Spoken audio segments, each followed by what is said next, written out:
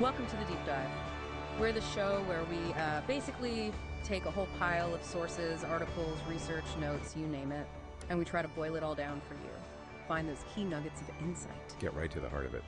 Exactly. And today we're setting off on a journey that, honestly, it starts with something that sounds almost trivial, whimsical maybe. It's a little piece of numerical trivia.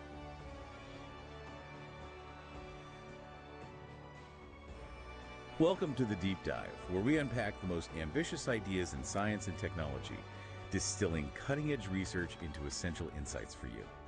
Today, we're embarking on a truly mind-bending journey, one that challenges, well, pretty much everything we thought we knew about our cosmic origins. So let's try a little thought experiment together. Imagine for a moment that everything we observe, every star, every galaxy, every planet, even our own bodies, isn't just out there in some infinite empty space. What if it's all contained within something much, much larger? A cosmic nesting doll, maybe? It's a captivating image, isn't it? The idea that our entire universe, the vast cosmos we see stretching out before us, could actually exist inside a black hole. It sounds like science fiction, totally. It does, I know. But the fascinating truth is this isn't fiction. It's a serious, though certainly non-mainstream, hypothesis that leading theoretical physicists are actively exploring. And that's precisely our mission for this deep dive. We've gathered a fascinating stack of sources, ranging from the foundational theories of gravity laid down by Einstein, all the way to some truly intriguing recent observational data coming in from the James Webb Space Telescope. Right. Our goal is to explore what's known as black hole cosmology, or BHC. We'll examine what this audacious idea proposes, why physicists even consider it, how it suggests our universe might actually operate, and what the latest evidence might be hinting at. Yeah, we aim to provide you with a unique shortcut to being well-informed on this profoundly imaginative concept. Prepare for some surprising... Related back in 1915. GR didn't just refine Newton's idea of gravity, it completely redefined it. Instead of a mysterious force pulling objects together, Einstein showed us that gravity is actually the curvature of space-time itself. Yeah, imagine space-time as this giant, dynamic, sort of elastic fabric.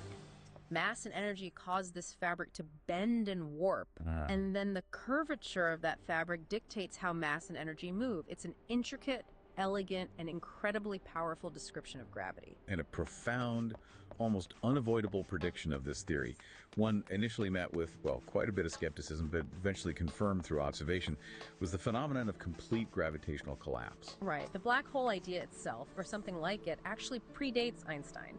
You had 18th century thinkers like Jean Michel and Pierre-Simon Laplace speculating about what they call dark stars. Objects so dense light couldn't escape. But it was general relativity in the 20th century that provided the rigorous mathematical framework for their existence. Exactly, and that's where we get to the seminal work of J. Robert Oppenheimer and his student Hartland Snyder in 1939. Right, the paper on continued gravitational contraction. That's the one. It provided the first modern physical model showing the unstoppable collapse of a sufficiently massive star once it's burned through its nuclear fuel. They basically showed that forming what we now call a black hole wasn't just some mathematical oddity. Precisely. It wasn't a curiosity. It was a generic and unavoidable prediction of general relativity itself. Given enough mass packed into a small enough space, gravity simply wins. It compresses matter beyond any known limit. And this leads us directly to one of the most challenging aspects of general relativity, the inevitability of singularities. Ah, yes. Singularities. So what exactly is a singularity in this context? Well, in physics, it's a point in space-time where physical quantities, things like density and the curvature of space-time, literally become infinite. Infinite. Which means our known laws of physics, specifically general relativity, just break down. The equations stop working. They can't predict what happens or what exists at such a point. It's a fundamental warning sign from the theory itself. For a time, some physicists hoped these singularities were maybe just mathematical quirks, only appearing in perfectly symmetrical, idealized models. Like a perfectly spherical star collapsing, yeah. The hope was that in a real messy collapse, matter might miss the exact center and you wouldn't get a true singularity. But those hopes were pretty definitively shattered in the 1960s, weren't they? With the work of Roger Penrose and Stephen Hawking. Absolutely. Penrose proved that under general physically reasonable conditions we think apply to our universe, like gravity always being attractive and causality holding the formation of something called a trapped surface, inevitably leads to a singularity. A trapped surface. What's that exactly? Imagine a region of space-time so warped that once you're inside, all paths, even paths of light led inwards, escape is impossible. Okay. Once such a surface forms, Penrose showed, the singularity at that point of infinite density becomes unavoidable. And Hawking extended this. Yes. Hawking extended Penrose's work to cosmology, showing that if general relativity describes the universe accurately, it must have begun from a singularity too. So these theorems are huge. They tell us singularities aren't just weird math problems. Exactly. They are generic and unavoidable features of classical general relativity. They signal where the theory breaks down and where we absolutely need a more complete understanding, probably one involving quantum mechanics. Okay, so here's where it gets really interesting. Think about that singularity at the heart of a black hole. Uh-huh. Now, let's draw a parallel to the initial singularity of the Big Bang. The standard Big Bang theory says our universe started incredibly hot and dense and has been expanding ever since. The cornerstone of modern cosmology. Right. But if you run the equations of general relativity backward in time, You hit the same problem, an infinite point at time zero. The cosmological singularity, the Big Bang singularity. so we have these two kinds of singularities. One inside black holes, one at the start of the universe. Is that just a coincidence? Probably not. The deep connection is that both arise from the same fundamental aspect of general relativity. This prediction of unstoppable gravitational attraction leading to infinite compression. I see. This shared origin is really the core motivation for black hole cosmology. The idea, or the hope, is that a single, more complete theory, quantum gravity, might fix both problems at once. That's a really elegant thought. Unifying. It is. So, okay, let's dig into black holes themselves a bit more. Their anatomy. Good idea. The first mathematical description came super early, right? Yeah. Schwarzschild in 1916. Yeah, remarkably fast after Einstein published GR, his solution described the simplest kind, non-rotating, uncharged, perfectly spherical. And it gave us the Schwarzschild radius, the event horizon. Exactly, the point of no return, cross that boundary, RS equals 2GMC2, and you're trapped. Now, interestingly, his math seemed to show two singularities. Oh? One at the center, R0, and another one at the event horizon. But the one at the horizon turned out to be a coordinate singularity, meaning it was just an artifact of the math, the coordinate system being used. Like the weirdness at the North Pole on a flat map, the actual place in space-time is fine. Okay, so the horizon is weird, but not infinitely dense. Right, but the singularity at the very center, R0, that one's real. It's a true physical singularity where things like space-time curvature really do become infinite. That's the breakdown point. And then Kerr came along in 63. Yes, Roy Kerr. Run. A huge step. He found the solution for a rotating, uncharged black hole. Much more realistic since stars and galaxies rotate. And rotating black holes are different inside. They are. Kerr's solution introduced things like frame-dragging space-time literally gets dragged around by the rotation, and the singularity isn't a point anymore, it's more like a ring-like structure. A ring. Still infinite density, though. Still a breakdown of the classical theory, yes. And this path led to another really deep concept, the no-hair theorem. Ah, the bald black hole idea. Kinda, yeah. It says a stable black hole, once it settles down, is defined only by three things you can measure from the outside. Its mass, its spin, angular momentum, and its electric charge. That's it. All the details of what fell in. Gone. Seemingly gone. Vanished behind the horizon. All that complex information, the hair is lost to the outside universe. This apparent information loss has been a huge puzzle. It really hints at a clash between gravity and quantum mechanics, doesn't it? Absolutely. That singularity, point or ring, is the frontier. It's where GR fails and tells us we need quantum gravity, maybe string theory, maybe loop quantum gravity to describe what's really there. Maybe it's a Planck star or a fuzzball, something finite. And this sets the stage for how black hole cosmology tries to avoid that singularity altogether. Exactly. But before we get to that, we need to touch on the quantum mysteries, especially thermodynamics and that information paradox. Right, because black holes aren't just simple vacuum cleaners anymore. Not at all. That changed dramatically in the 1970s with Jacob Bekenstein and Stephen Hawking. Bekenstein first had this wild idea that black holes have entropy, a measure of disorder or information proportional to their surface area, the area of the event horizon. Linking black holes to thermodynamics? That sounds crazy. It was radical, but then Hawking built on it and made an even more shocking discovery. Quantum effects near the horizon cause black holes to emit radiation, Hawking radiation. How does that even work? Well, roughly, the vacuum of space isn't empty. It's fizzing with virtual antiparticle pairs that pop into existence and annihilate. Right near the horizon, one particle can fall in while the other escapes. And the escaping one looks like radiation coming from the black hole. Precisely. To an outside observer, the black hole appears to glow very faintly and lose mass. It means black holes aren't truly black, and they slowly evaporate over incredibly long timescales. Evaporate completely. According to the calculation, yes. Eventually, they shrink away to nothing. Okay, but Yeah. what about all the stuff that fell in? All that information? That is the black hole information loss paradox. One of the deepest puzzles in physics. Because if the black hole vanishes into just thermal radiation, Which Hawking's calculation suggested was featureless, carrying no information about what fell in. then the information's just gone, destroyed forever. Exactly, which violates a fundamental principle of quantum mechanics called unitarity, which says information cannot be destroyed, only rearranged. So general relativity, no hair theorem, evaporation, clashes directly with quantum mechanics, unitary. A massive conflict, it signals a deep flaw in our understanding. People have proposed all sorts of solutions, information hidden in the radiation, tiny remnants left behind, even a firewall at the horizon. But black hole cosmology offers a different way out. It offers a potentially elegant one, yes, suggesting the information isn't destroyed, it just goes somewhere else, like a new universe. We'll definitely circle back to that. Okay, with those puzzles in mind, singularities, information loss, let's trace the history. Where did this idea of our universe being in a black hole first pop up? The modern story really kicks off in 1972 with Raj Kumar Paithria's paper, The Universe as a Black Hole. What led him to that? It was a curious numerical coincidence, he noticed. If you took the estimated mass of the entire observable universe back then and calculated its Schwarzschild radius. The size it would need to be to collapse into a black hole. Right. He found that number was remarkably close to the universe's Hubble radius. Which is basically the edge of what we can see.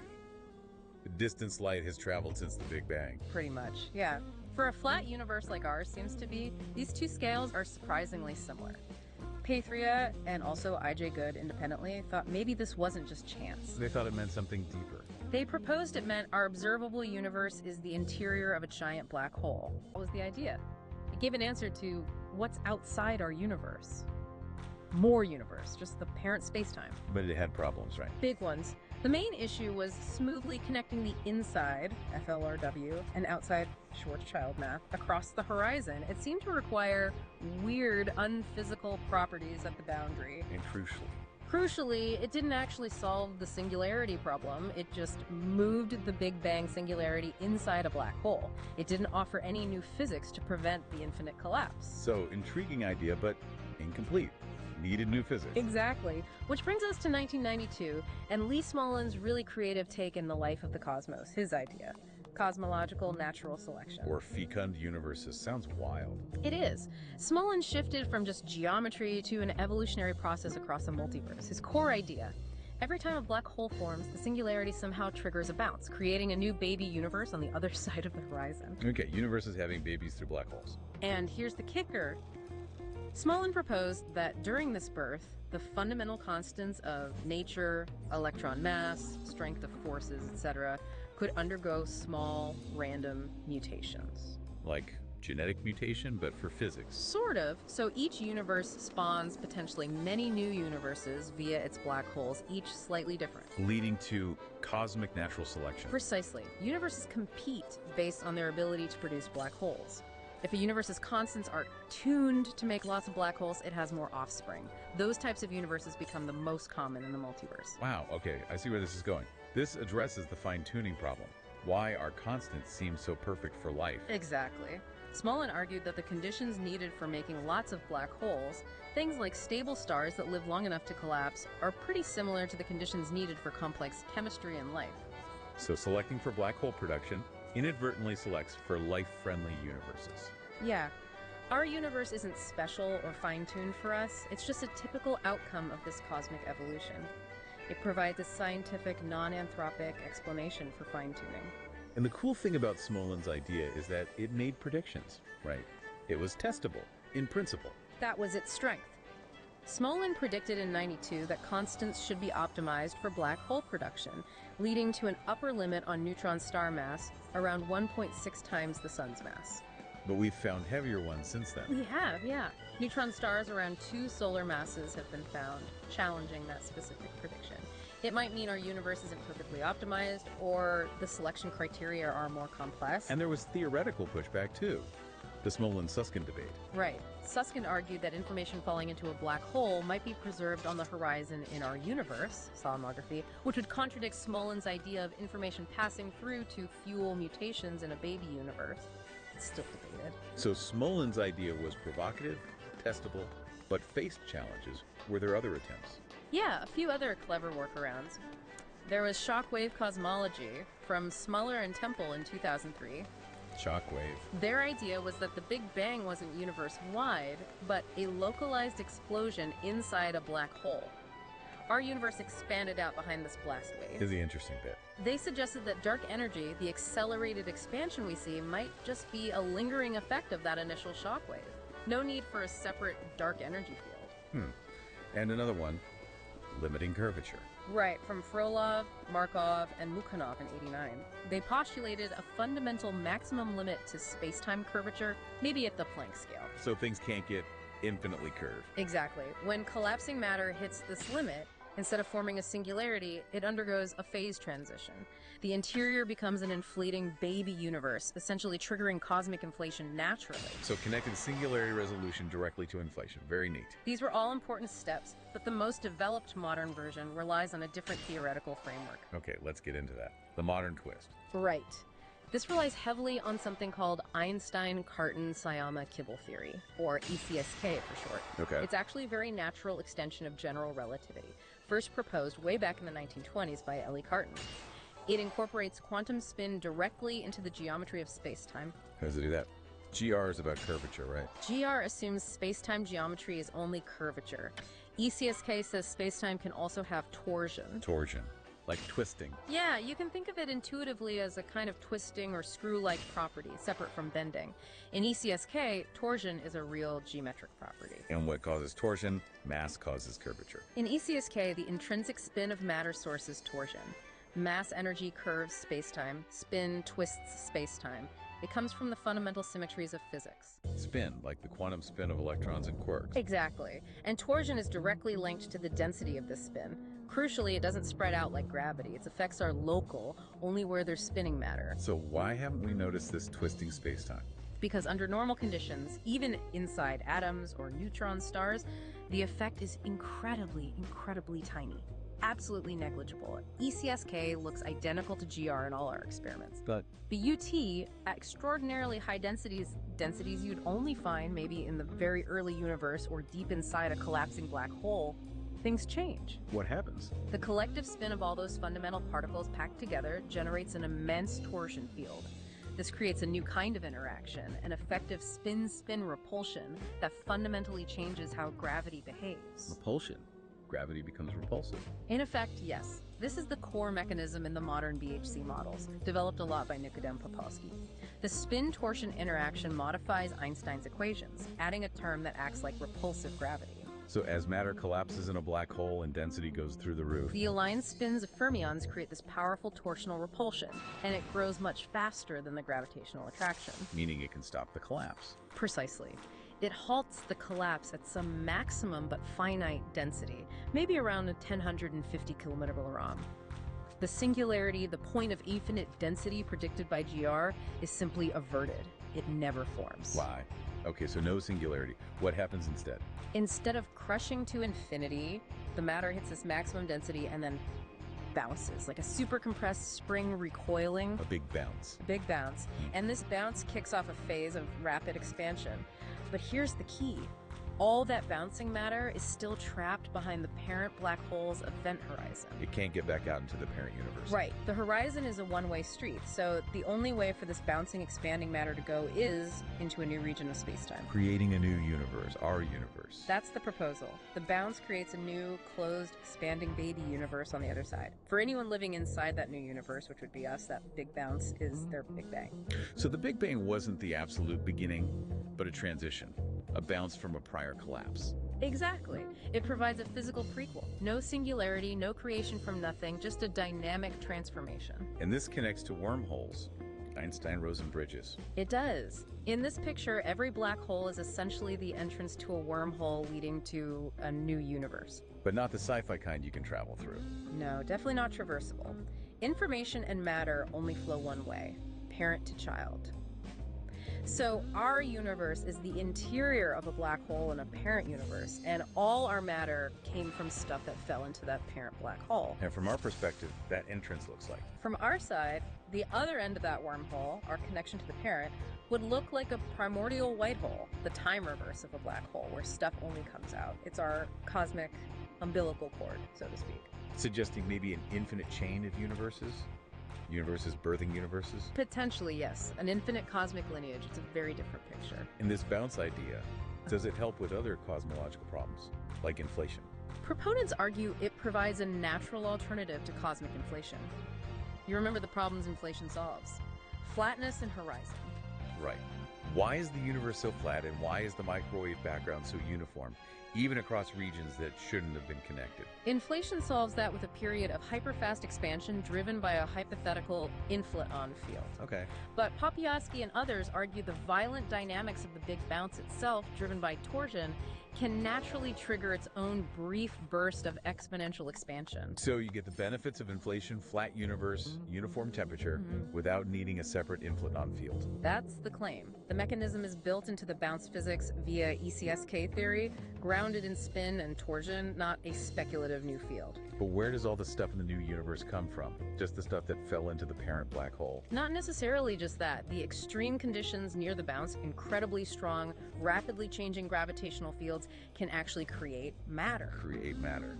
Through quantum particle production, the intense gravity can pull particle-antiparticle pairs out of the vacuum energy, a lot of them. So the bounce itself generates the universe's contents. It can vastly increase the mass and energy, and this newly created matter, this hot soup of particles, also provides the positive pressure needed to help drive the expansion after the bounce.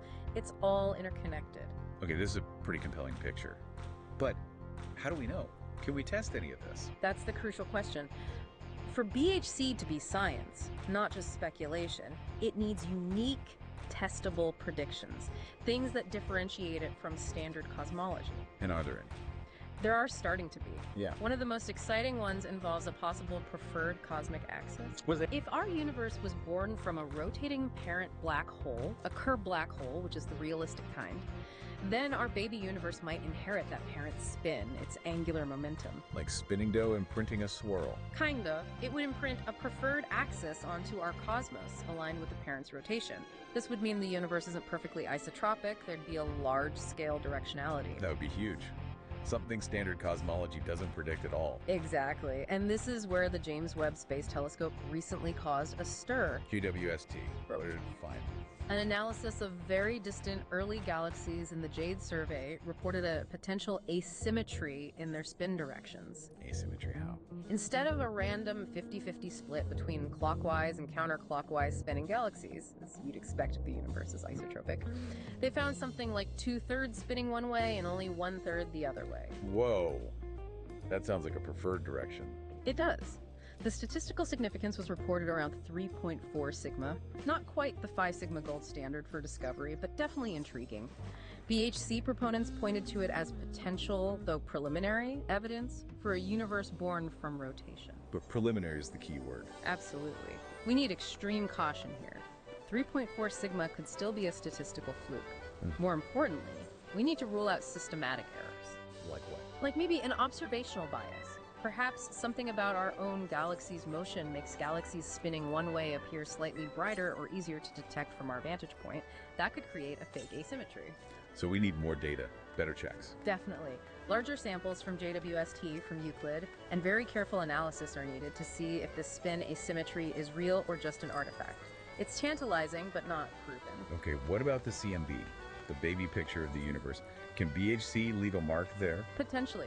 Both standard inflation and a BHC bounce predict the large-scale smoothness and flatness we see in the CMB, but the details of the fluctuations, the seeds of galaxies, might differ. How so? In inflation, the fluctuations come from quantum jitters in the inflating field. In BHC, they'd arise from the complex physics of the bounce itself. This could lead to subtle differences in the statistical patterns, like non-Gaussianity or the exact shape of the power spectrum. Have we seen any hints of that? There have been some lingering large-scale anomalies in the WMAP and Planck data over the years, weird alignments, a slight power difference between hemispheres, but nothing has reached high statistical significance. They could just be flukes. And there was that even wilder idea about sibling universes. Ah, yeah. Popoposky speculated that if our parent black hole was in a binary system, our universe might have a sibling. Gravitational tugs between them could, maybe, leave faint isotropic signatures in our CMB. Highly speculative, though. So CMB is another place to look, but nothing definitive yet. Does BHC help with existing problems in the standard model, like those tensions? It might. One area is the impossible early galaxy problem. JWST is finding galaxies that look surprisingly massive and mature very early on, maybe too early for standard CDM, which gives the universe 13.8 billion years. And BHC might give more time. Some BHC models predict a slightly older universe, maybe closer to 14.6 billion years. That extra time could potentially help explain how these big galaxies form so fast, although the link isn't straightforward. What about the S8 tension? That mismatch in how clumpy the universe is. Right. The CMB suggests matter should be slightly clumpier, higher S8, than measurements from the later universe indicate. It's a significant tension. And ECSK could help. Some recent work suggests that structure grows differently over time in Einstein-Cartan cosmology compared to standard GR. This different growth history could potentially alleviate the S8 tension, bringing the early and late universe measurements into better agreement. Early days, but promising. Okay, this all sounds really interesting, but we need to talk about the challenges, right? The big hurdles. Absolutely. And probably the biggest one is the metric mismatch problem. Meaning? Meaning the geometry inside a black hole, Schwarzschild or Kerr, looks fundamentally different from the geometry of our universe, FLRW. How different? Black hole interiors are anisotropic. They have a preferred direction towards the singularity, and inhomogeneous curvature changes drastically. Our universe, on large scales, is incredibly isotropic and homogeneous. They just don't look alike. As one critic put it, black hole metrics look absolutely nothing like the FLRW metric. Exactly. The causal structure is different too. Inside a classical black hole, everything goes towards the center. In our universe, everything recedes. How do you reconcile that? What's the BHC response? The argument is that the new universe isn't just the same space-time as the black hole interior. It's a new branch that emerges from the bounce. The bounce itself, being a quantum gravity event, fundamentally changes the rule. It resets the geometry. That's the idea. The bounce, maybe followed by that torsion-driven inflation, smooths things out, erases the initial anisotropy and inhomogeneity, and establishes the FLRW geometry as an emergent property of the new universe.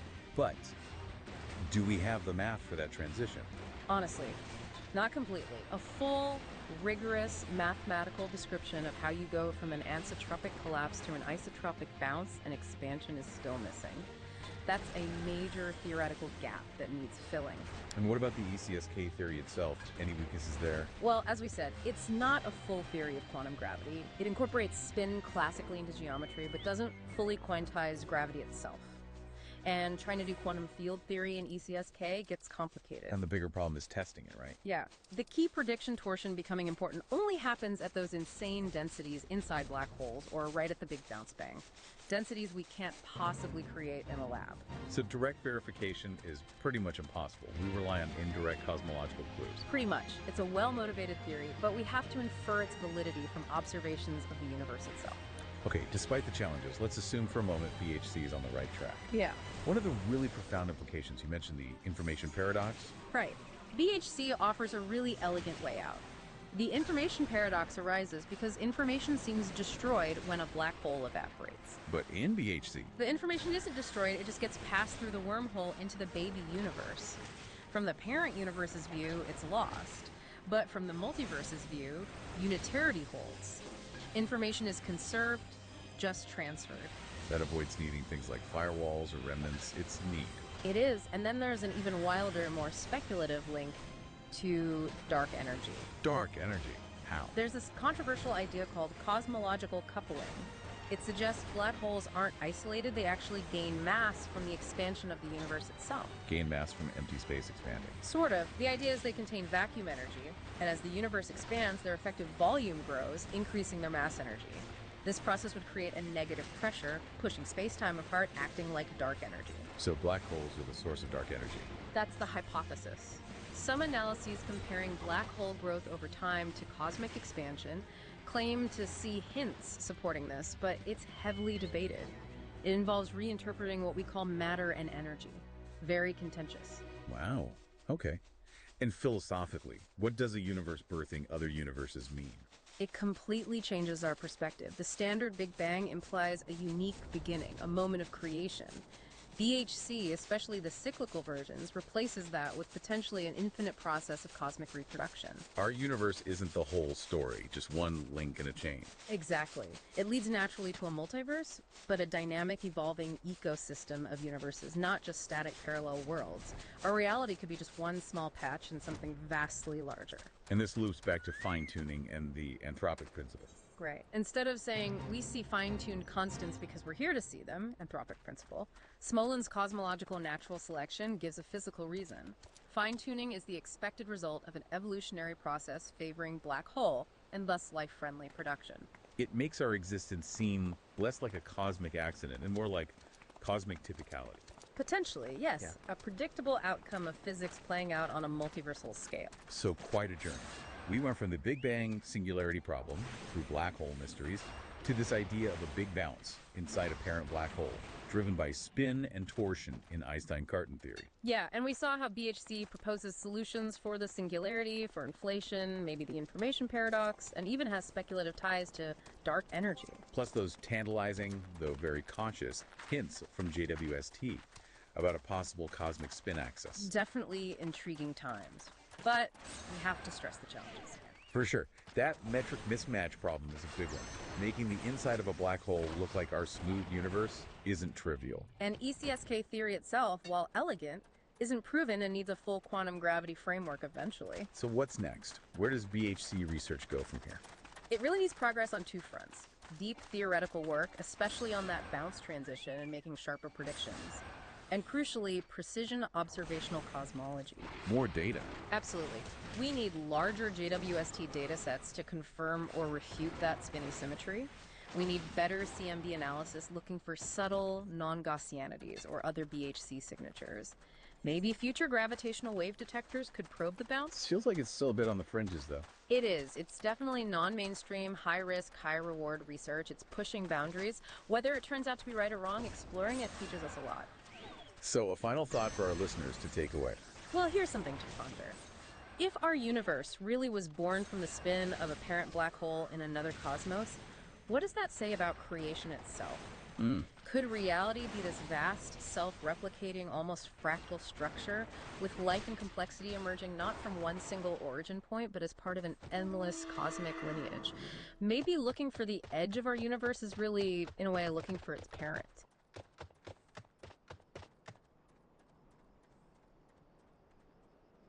But once you start pulling that thread, it just opens up this. Welcome to the Deep Dive.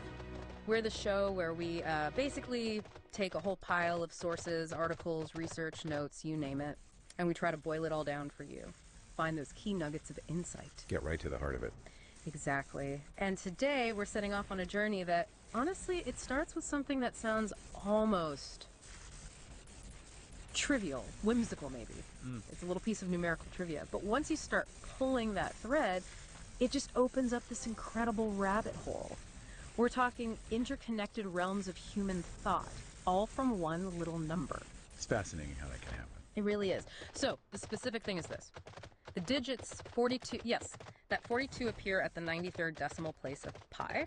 Right. Think about that for a second. Pi, the fundamental constant, it's woven into the universe, infinite, supposedly random. Transcendental, yeah. And yet it holds that specific sequence, 42, at that precise spot, the 93rd place. It feels like the universe is maybe having a bit of fun, winking at us. Or leaving a clue. Or leaving a clue.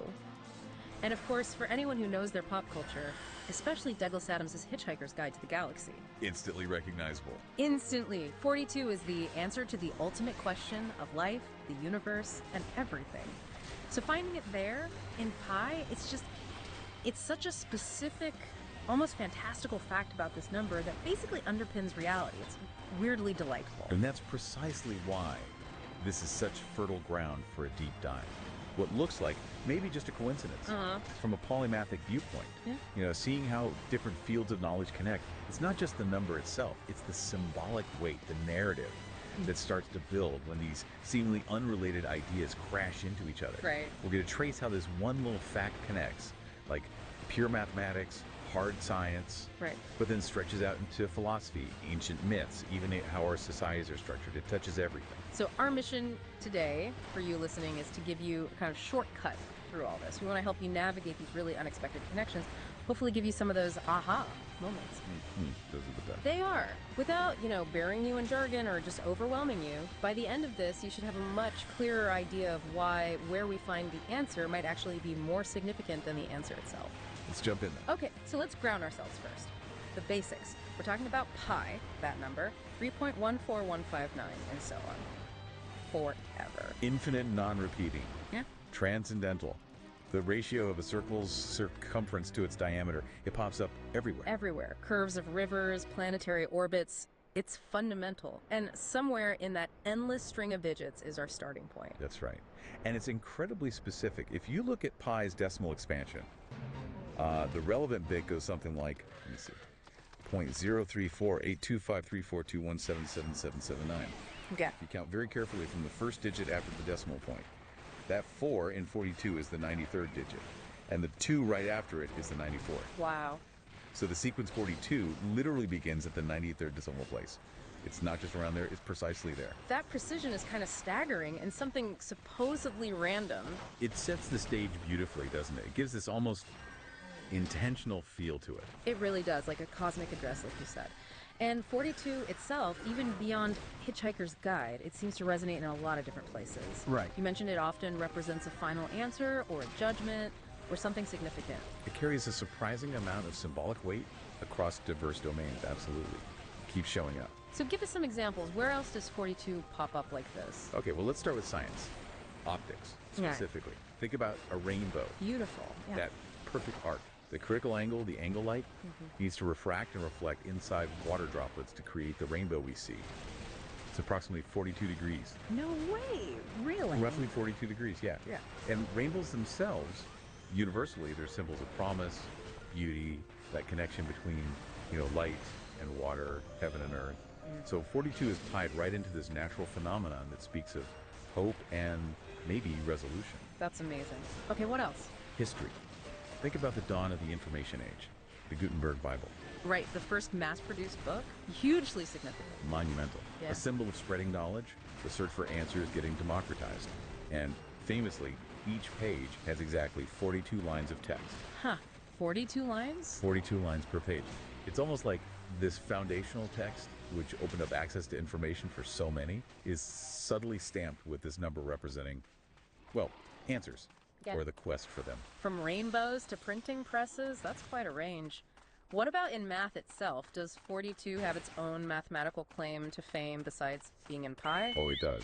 Yeah. And it was a big one for a long time in number theory. For decades, 42 was the last integer under 100. The very last one that mathematicians couldn't figure out how to express is the sum of 3 cubes. Sum of 3 cubes, what does that mean exactly? Basically, they were looking for 3 whole numbers, could be positive or negative, let's call them x, y, and z. And they needed to find ones where xx plus y plus z is equals 42. So x plus y plus z plus c plus 2. Okay, sounds simple enough. Deceptively simple. It stumped mathematicians for over 65 years. It became this famous difficult problem. Finally, just in 2019, A huge global computer search found the solution. Wow, 2019, so it was a real quest. A massive quest. It directly links 42 to the idea of a really hard-won, long-sought answer. A solution that took immense effort to find. Okay, that fits the theme perfectly. Any others? You mentioned judgment. Yes, going way back. Ancient Egypt. In their mythology, when someone died, their soul went to the Hall of Two Truths to face judgment. And there were 42 divine judges. 42 judges. Exactly. The deceased had to recite the negative confession, basically declaring their innocence of 42 specific sins, one for each judge. Pass that test, and you get eternal life. Fail, and, well, oblivion. So Okay. 42 is explicitly tied to ultimate judgment, accountability, the final sorting out of your life's deeds. So science, history, math, religion, 42 is definitely busy. It's doing a lot of symbolic heavy lifting, yeah. But what about 93? That's the location, right? This feels much more obscure to most people. 42 we know, but 93. You're absolutely right. 93 has a powerful significance, but it's definitely more niche. It tends to show up strongly in Western esotericism. It often represents the driving force behind a quest, or the principles guiding it. Okay, like what? Most famously, it's the central number in Thelema.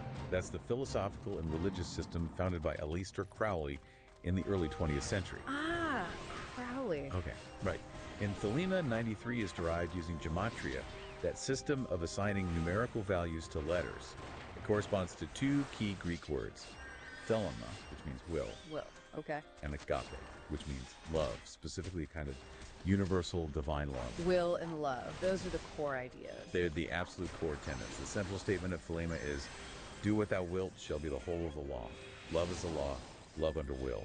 And Thelemites often greet each other with 93 as a shorthand for this entire philosophy. So 93 literally stands for will and love in that system. Numerically, yes. Okay. It embodies those core principles. Interesting. Any non-esoteric connections for 93? There is one in science that fits symbolically, I think. 93 is the atomic number of Neptunium, element NP. Neptunium, named after Neptune, the god. Exactly. And Neptunium was the very first transuranic element ever synthesized by humans. Transuranic meaning heavier than uranium, not naturally occurring. Precisely. It had to be created in a lab. It wasn't found. It was made. So, element 93 represents humanity's will, you could say, pushing beyond natural boundaries. It embodies discovery, creation, that human drive to understand and even shape the fundamental stuff of the universe. It's a questing number in that sense, too. Okay, so bringing it all back together, we have pi, this fundamental constant.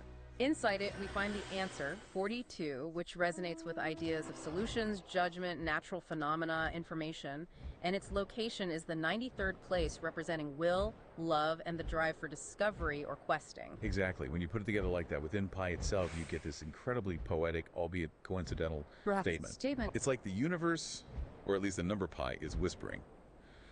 The search for ultimate answers, 42, is fundamentally powered by, or located at, the principle of will and love, 93. Wow. The quest for meaning requires intention, drive, and a connection to something universal, like love or harmony. It's this convergence of pop culture, math, history, esotericism, all wrapped up in these two numbers inside pi. It suggests the journey itself, driven by will and love, is where the answer resides. That's a really powerful narrative, just from two numbers in pi. Now, after we first started exploring this, we got a fantastic question from a listener that really made us think deeper. Good. Listener questions are often the most insightful. This one was spot on. They asked, essentially, is love is the law, love under will? Just another way of saying the golden rule. Ah, that's a great question. Because on the surface, they both sound like fundamental guides for how to live, right? Simple, profound. Exactly. But are they the same thing? It really gets to a crucial philosophical difference. Let's unpack the golden rule first. Usually phrased as, do unto others as you would have them do unto you. Right. Treat people how you want to be treated. Fundamentally, it's other-focused. It starts with empathy, with reciprocity. You think about the other person. You imagine being in their shoes. Walk a mile. Yeah. And then you treat them based on how you would want to be treated in that situation. It's found everywhere. Confucianism, Christianity, Islam, Hinduism. It aims for social harmony, compassion, using the self as the benchmark for ethical treatment of others. Okay, so it's about interaction between people. Primarily. If you're dealing with a baker, the golden rule says treat them respectfully because you want respect if you were the baker. It's about minimizing harm and fostering positive social exchanges. So how does love is the law, love under will, differ from that? Love under will, coming from Selima, is arguably more self-focused, but in a spiritual or existential way, not a selfish way. Okay, how so? Its starting point isn't empathy for the other, but the discovery of one's own unique purpose, what Selima calls the true will. True will, not just what I want right now, but my deeper purpose. Exactly. It's conceived as your unique, divinely ordained path or destiny in the universe, not just whims or desires. The process, then, is to act in alignment with that true will, and this is key. The nature of that action should be agape, that universal, unconditional love. And then the underwill part. That's the crucial bit. It doesn't mean love is less important than will. It means love is the condition or the vehicle through which true will must be expressed. Love governs the how of your will. Can you give an example? Sure. If our baker's true will is genuinely to be the best baker they can be, then love under will means they bake that bread with passion, dedication, craftsmanship. That's the agape part, because it aligns with their purpose. Well, it's about fulfilling your potential, expressing your unique contribution to the universe lovingly. So, golden rule is about how I treat others based on myself. Love under will is about acting on my own purpose, guided by love. They sound quite different when you put it like that. They have different starting points and slightly different aims. Golden rule, universal social ethic. Love and will, personal spiritual existential directive. One focuses on the interaction, the other on the inner alignment and expression. But couldn't they lead to the same place? Like, if the baker follows their true will with love, wouldn't they naturally treat the customer well? Kind of like the golden rule anyway? Absolutely. In many, perhaps most ideal scenarios, they converge beautifully. If the baker's true will is to bake amazing bread, and they do it with love for the craft, for themselves, and for the joy it brings others, then the customer gets great bread and respectful service, and the baker feels fulfilled. Everyone wins. The outcome looks very similar. So when do they diverge? When does the difference really matter? The tension appears when there's a conflict. Let's say the baker's true will isn't baking at all. Maybe they secretly yearn to be a painter, and they only bake out of obligation. In a strict Thelemic sense, do what thou wilt might compel them to pursue painting, even if it disappoints customers or breaks obligations. The golden rule doesn't really address that deep existential choice. It just guides their interactions while they are a baker. Or what if two people's true wills clash? Exactly. If my true will seems to conflict with yours, the golden rule provides a framework for negotiation and compromise based on mutual respect. A very literal reading of love under will could suggest prioritizing your own true will, but that's where interpretations start to get complex and contentious. Which leads perfectly into this other insight we received, a really profound reinterpretation of love under will. Okay, I'm intrigued. The suggestion was, love under will is often misinterpreted as making love subservient to will. I think it's the opposite. One considers not only their own will, but the will of those with whom they engage and interact. That feels like a major shift. That is exceptionally insightful. Wow, yes, that moves past the common, sometimes problematic hierarchical reading. The usual take is, find will, then apply love. Which, as the listener points out, can seem to make love secondary, almost a tool for a potentially selfish will. Right. But this reinterpretation flips it and suggests under will doesn't mean beneath will, but describes the operating condition for love itself. Love operates in the context of wills plural. So agape, that universal love, has to recognize other wills to even be agape. Precisely. That's the core logic. Agape, by definition, is universal. It recognizes the divine spark, the inherent value, the potential true will in everyone and everything. Therefore, to act with true agape, you must inherently respect and consider the true wills of others you interact with. So it's not individualism anymore, it's interconnection. It transforms it completely. It goes from a potential charter for radical individualism to a profound principle of mutual respect and co-creation. My true will cannot be truly fulfilled if its expression violates or diminishes your true will, because doing so would negate the agape condition. It wouldn't be love under will, it would just be will. It's like saying my will can only be truly itself when it harmonizes with other wills you love. Exactly, you've defined it perfectly. An act of will that creates dissonance isn't a pure expression of true will because it lacks the essential quality of agape, of universal harmony. This goes way beyond do no harm. It becomes act in a way that empowers your own purpose while simultaneously respecting and ideally empowering the purpose of everyone you encounter. Like a cosmic orchestra, where each instrument playing its true note contributes to the overall harmony. Yeah. Beautiful analogy, yes.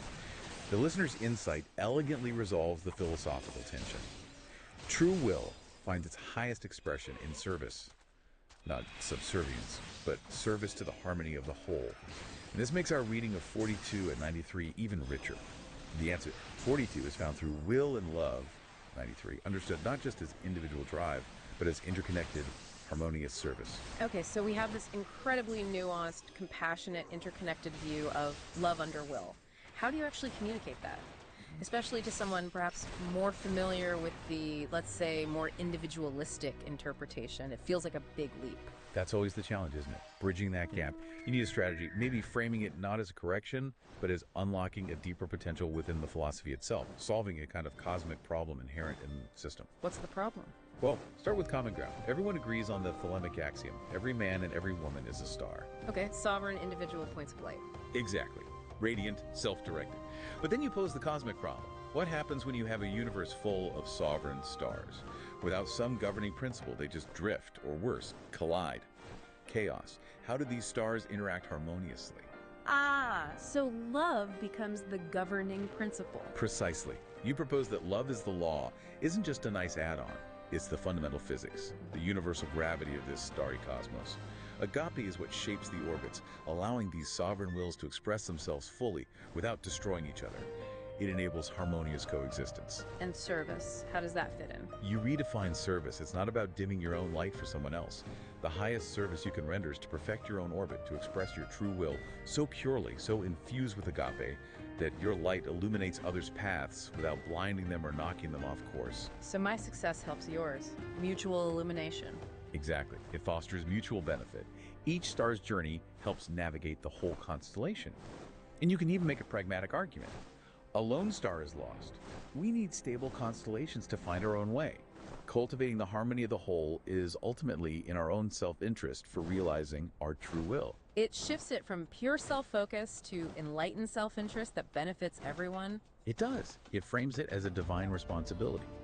My true will isn't truly realized unless its expression resonates harmoniously with the wills around me. Harmony becomes the measure of success, not just raw expression. This framework then led to a really profound connection with the figure of Jesus. You argued it allows us to see him as more than just another example of the dying and rising God archetype, like Osiris or Tammuz. Yes, that connection felt very significant. Academically, it's common to categorize Jesus within that mythological pattern: deity dies, resurrects, symbolizing cycles of nature or spirit, and that pattern is valid. But this offers another layer. A different lens, yes. Instead of just fitting the pattern, this framework highlights Jesus as possibly the ultimate human exemplar of the very principle we've just been discussing. Harmonious will expressed through universal love. Oh, so? Think of his prayer in Gethsemane. Not my will, but yours be done. Oh. That's the ultimate conscious alignment of individual will with the perceived divine will. It's surrender to a greater harmony. Okay. And his ministry, culminating in the crucifixion, can be viewed not just as atonement for sin, but as the ultimate act of service to the cohesiveness of the whole, absorbing the world's dissonance, the chaos, the negativity, to restore potential harmony. His core teachings, love God, love neighbor, are pure agape in practice. It's true will perfectly aligned with universal law. So he embodies the archetype, but maybe breaks it open, makes it universally available. That's the key insight. He doesn't just repeat the Osiris story. He seems to universalize the potential. Through him, the promise of resurrection, of achieving that divine harmony, is presented as accessible to all humanity, not just pharaohs or initiates. He democratizes the archetype, offering the fruits of that ultimate service, harmony with the divine, to everyone. Wow. Okay, so with this richer understanding of 93 as harmonious, interconnected will and love, we can ask better questions about the original pi coincidence. Absolutely. The questions transform. Instead of just why 42, it becomes things like, what is at the 93rd position of pi and why is 93 significant? That fuses the math and the meaning. Right. Or even more poetically, within the infinite and irrational fabric of reality, pi, in what state, position 93, do we find the answer 42? It reframes the whole thing. It suggests the real answer to the ultimate question isn't the number 42 itself, but the meaning of its location. The answer is 93, the principle of harmonious, interconnected will operating under universal love. That's the key to navigating life, the universe, and everything. And then, digging even deeper, He found something startling using gematria for 42 itself, a real duality. This was a fascinating discovery, adding another layer of complexity, Right. using Hebrew gematria, where letters have numerical values. Right, like we discussed for 93.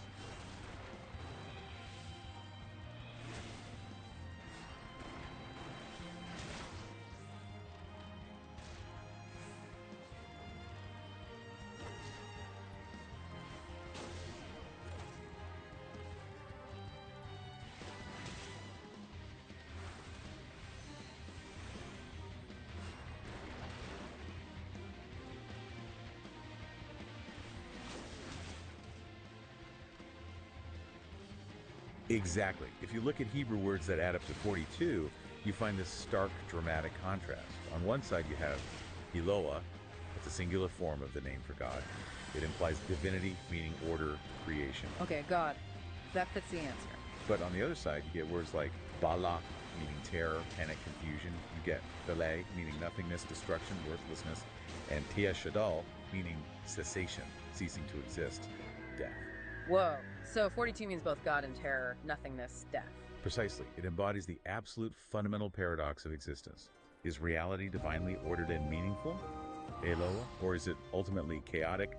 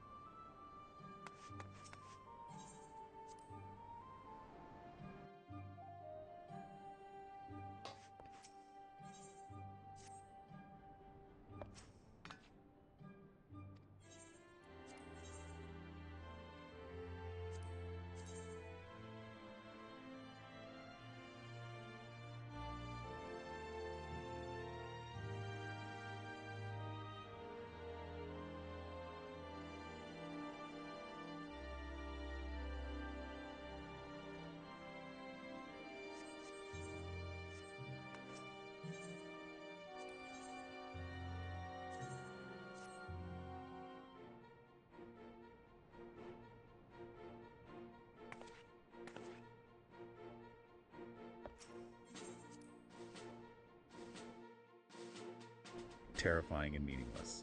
Bala Deli Shadal. The answer, 42, isn't a simple solution. It is the paradox itself. It's the tension between creation and oblivion. That's profound. So 42 is the coin toss, the potential for either outcome. It's the spectrum of potential experience, yes. Yeah. And if 42 represents that fundamental paradox, the choice between divine order and chaotic oblivion, then 93, its location, the principle of harmonious will and interconnected service through love, Is the way to choose. The path through the paradox. that's the conclusion it points towards. Yeah. 93 is the method for navigating the paradox inherent in 42. By living according to the principle of 93, acting with true will, guided by universal love and respect for other wills, we actively choose to manifest the Eloah potential within reality. We choose order, meaning, and connection over chaos, nothingness, and destruction. So the whole picture forms a kind of cosmology of meaning. I think it does. You start with the universe, pi, representing a primal wholeness, maybe the 3 before the decimal, and infinite potential, the endless decimals.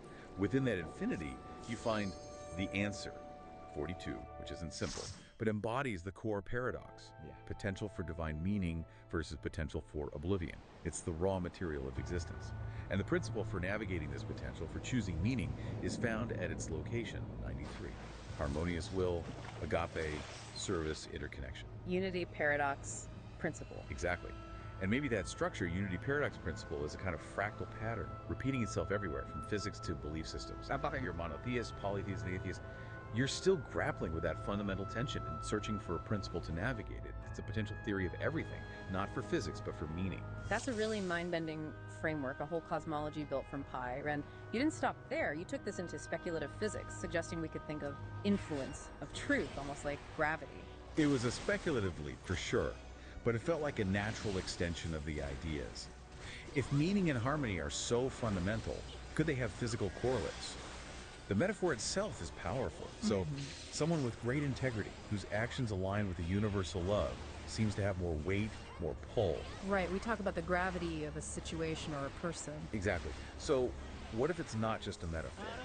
What if truth, defined here as that harmonious alignment of individual will with universal agape, is a fundamental property, maybe subtly influencing space-time or energy fields? This aligns with ideas like panpsychism, where consciousness isn't just in brains, but is a basic feature of reality. So systems in harmony might exert a different kind of influence. Perhaps. Maybe figures we consider enlightened to Christ, of Buddha, weren't just teachers, but were like great attractors in human terms.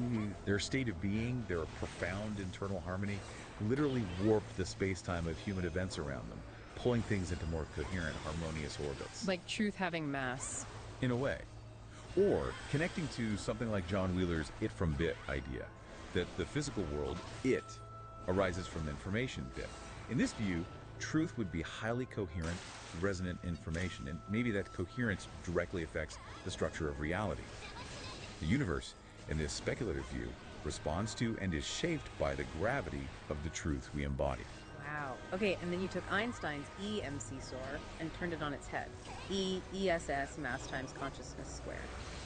With C as consciousness. Again, highly speculative. Call it a philosophical or psycho-historical equation, an attempt to map the dynamics of human events onto a familiar structure. So break it down. What's E, M, and C in this version? Okay, E, energy.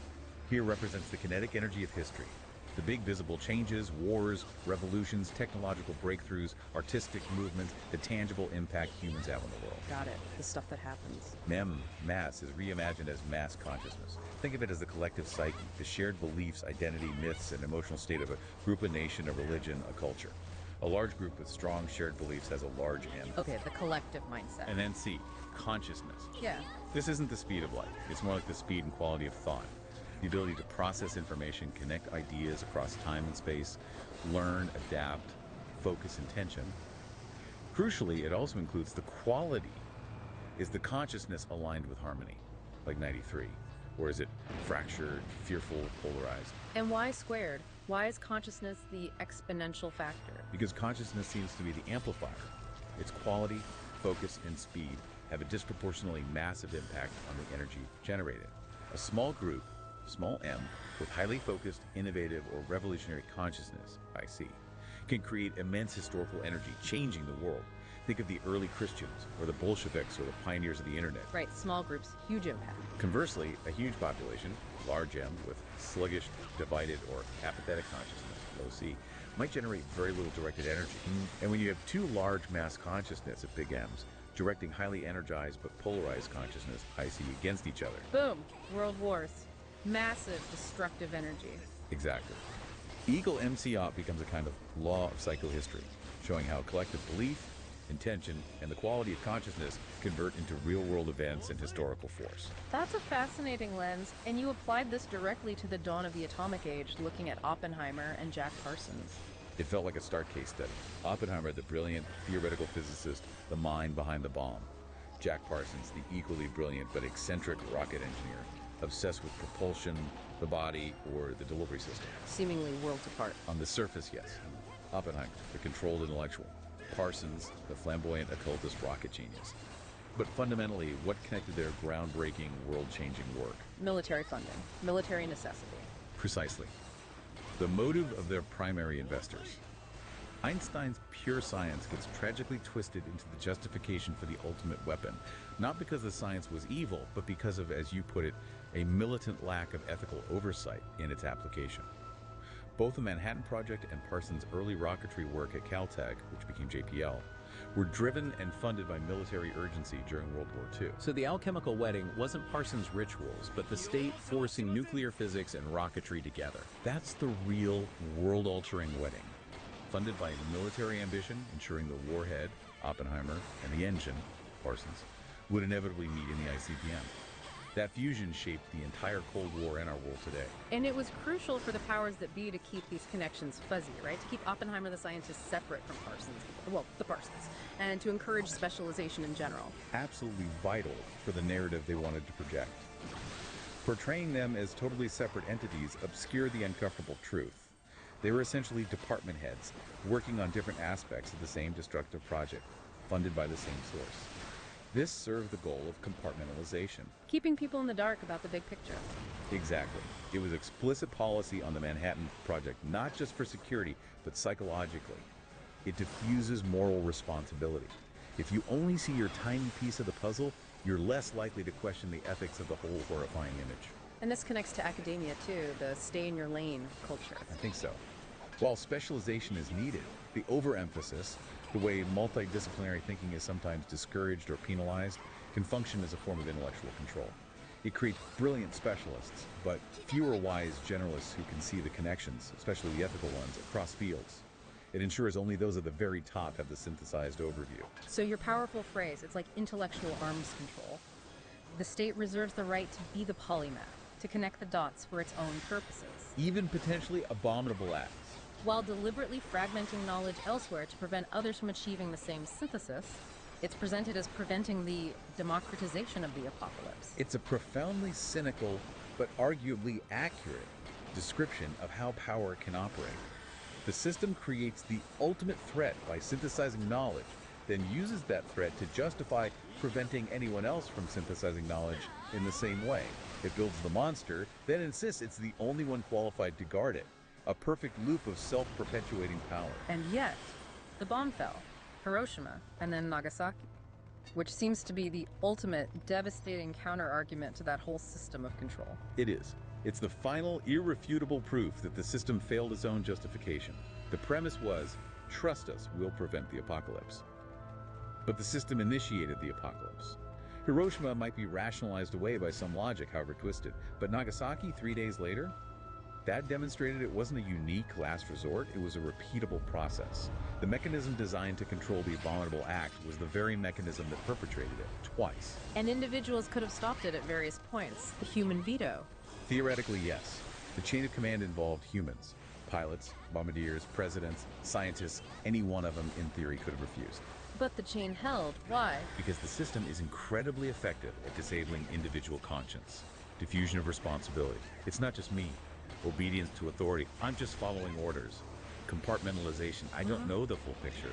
It psychologically fragments moral agency. We know many scientists involved had deep reservations, pleaded against its use on cities, suggested demonstration. But their ethical arguments were deemed insufficient by the system's overriding geopolitical logic. The machine kept running right over human conscience. It's a chilling picture. Individuals trained by the system to override compassion, working for others who just wanted to see the terrible experiment through. Which brings us to that heartbreaking analogy you used, Topsy the elephant. Topsy.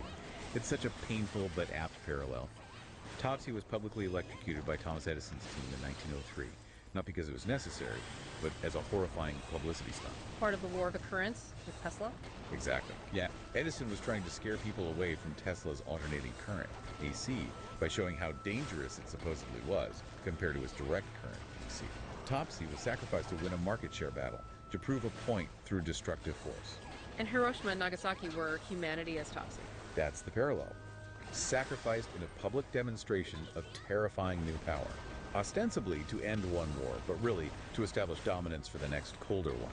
Humanity itself put on the platform, a gruesome spectacle to secure the dominance of one power system over any other, more compassionate possibilities.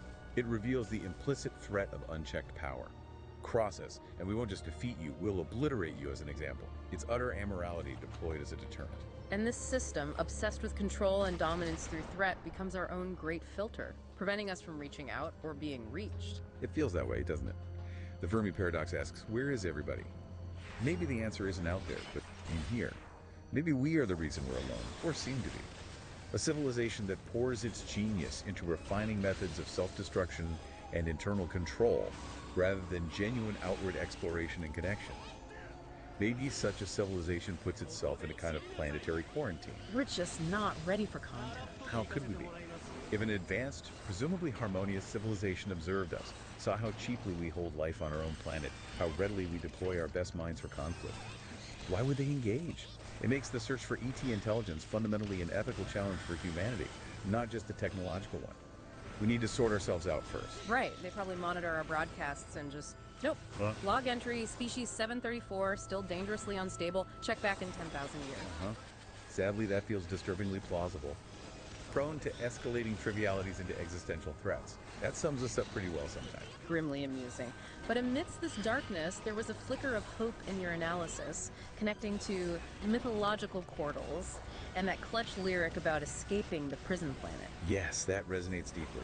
The idea of a portal, a way out, a transition to another state, is ancient. It taps into that Gnostic feeling that maybe this material reality isn't all there is, that it can feel like a trap. The prison planet lyric captures that perfectly, a yearning for liberation. But you flipped it. Maybe Earth isn't a prison, but a sanctuary, a cradle. That was the hopeful. This isn't warp drive, it's achieving a different kind of consciousness. You called it post-dualistic. Exactly. Moving beyond rigid us versus them, good versus evil thinking. A species still trapped in those binaries is a danger to itself and potentially others. Exporting that conflict mindset to the stars would be disastrous. The real portal isn't out there, it's in here. It's achieving an integrated consciousness, healing our own internal divisions. Our first ambassadors to the cosmos need to represent that maturity. And the journey needs to be exploratory, not exploitative. Fundamental. Driven by awe and curiosity, not by fear, lack, and the desire to conquer or consume. That's the shift from a planetary adolescent to a mature cosmic citizen. And the key to making that shift, the tangible hope you identified at the end. It came down to something very practical, identified brilliantly by the listener. At the heart of it all is limited resources, driving fear that leads to excessive behaviors. If we solve but that one thing, a truly circular resource processing system. Solving scarcity. That feels like the linchpin. So much conflict, greed, exploitation stems from the fear of scarcity, whether real or manufactured. Limited resources, fear, exploitative hoarding, conflict behavior. If you break that chain by achieving genuine resource abundance and sustainability through circular system, Fear dissipates. the primary driver for so much negative behavior vanishes. The rationale for empires, for resource wars, for hoarding wealth while others starve, it just evaporates. Old power structures based on controlling scarce resources become obsolete. They don't need to be overthrown, they just become irrelevant. And a civilization that solved scarcity Is free to be purely exploratory, free to be driven by curiosity and creativity, not desperation. By healing our relationship with our planet's resources, learning to live sustainably within our cradle, we heal ourselves. And then, maybe then, as the listener beautifully put it, the Earth will earn its place amongst the rest of the universe. Hashtag tag outro. Wow. What an incredible sprawling journey that was. We started with just two numbers, 42 and 93, tucked away inside pi. Seemingly just a bit of trivia. Right. And we ended up unpacking this whole philosophy of meaning, a theory of psychohistory, and contemplating humanity's entire future in the cosmos. All from 42 at 93. It really shows how interconnected things can be if you look closely enough. For me, that psychohistory equation, EMC jar, the idea that our collective consciousness quality exponentially shapes our reality. That's the insight that really sticks. It's a huge challenge that goes down to us. How do we consciously cultivate a higher quality C for our collective M? Huge question. The ultimate question, perhaps. And then just to tie it all up with the perfect bow, that amazing pun you stumbled upon, perfectly timed, if it's not Baroque, don't fix it. Yes. It felt like the universe itself delivering the punchline. Baroque, capturing that complex, intricate, layered reality we explored, all the interwoven threads of math, myth, science, meaning.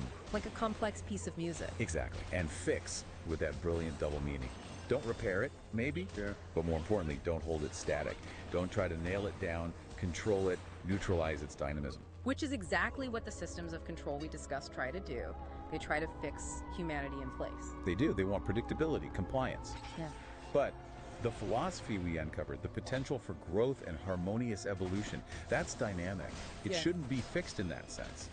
So the pun becomes this perfect little motto. Don't let the forces of control break or nail down the beautiful, complex, evolving nature of reality. And the fact it showed up in a Thelema Discord server just adds that layer of perfect, weird synchronicity. A cosmic wink indeed. So the final thought for you listening is really just that. How do these ideas resonate in your own life? Where do you see these patterns, these tensions between control and dynamism, between scarcity and abundance, between fragmented thinking and interconnected understanding? Keep exploring, keep asking questions, keep connecting those dots. Because as we found, sometimes the answer isn't just a number, but understanding its place in the bigger picture. The location is the meaning. Thank you so much for joining us on this deep dive. Thank you. It's been fascinating.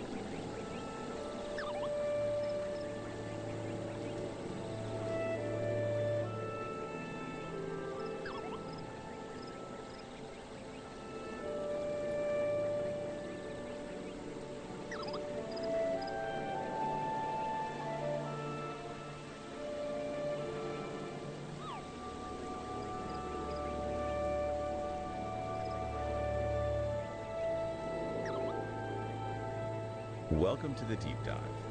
Today we're jumping into something pretty wild. It all starts with a number you probably know, 42. Ah, the Hitchhiker's Guide number, the answer. Exactly, the answer to the ultimate question of life, the universe, and everything. But what if I told you 42? That specific number pops up inside pi, the fundamental constant, 3.14159. Okay, I'm listening. Where in pi? It's infinite, after all. Right. It starts at the 93rd decimal place, just sitting there. 4, 2. Now, yeah, maybe it's just a weird coincidence in an endless string of digits. Or maybe not. Maybe it's a breadcrumb trail. Yeah, leading somewhere unexpected. That's what we're exploring. Because this isn't just, number crunching. We're looking at how a random seeming fact might unlock deeper philosophical ideas, challenge how we think about cosmic origins. And maybe even expose some uncomfortable stuff about how human systems, like systems of control, actually work. It's about connecting dots that seem totally unrelated. Totally. Yeah. So our mission, our deep dive today, connects pop culture Hitchhiker's Guide with esoteric ideas, ancient myths, even cutting-edge astrophysics. All chasing that feeling of, whoa, okay, that's connected. Trying to get a better handle on the universe and, our place in it. So let's pull on that first thread. The curious case of 42 and 93, numbers that unpack reality. Okay, so back to the core fact. 42 shows up starting at the 93rd decimal place of pi. If you could start counting right after the 3. Most of us remember pi from school, circles and stuff. 3.14159. Right, calculating circumference or area. But it's so much more fundamental than just circles in geometry class. It really is. Pi is what they call a transcendental number. Its decimals go on forever, no repeating pattern, and it's not the solution to any simple polynomial equation with whole numbers. It's baked into the universe's geometry, circles, spheres, waves, cycles, it's everywhere. Yeah. So finding something like 42, which has this huge cultural meaning, embedded in those infinite, seemingly random digits, it definitely makes you stop and think, okay. And you're dead on about the placement. If you look at pi, let me see, 3.14159. Just scrolling way down. Yeah, after a whole bunch of digits.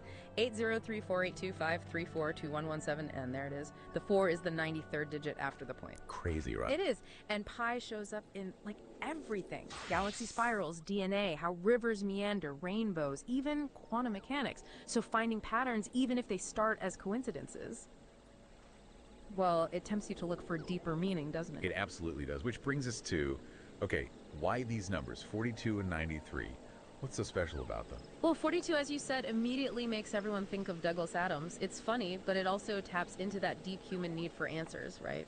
The quest for meaning. But it's not just Hitchhiker's Guide. That's what's so fascinating. 42 keeps popping up in completely different places. It really does seem to carry this weight of, finality or significance. From a wider perspective, you see it across different fields. In science, optics specifically, the angle for a rainbow. You mean the angle you need to see it?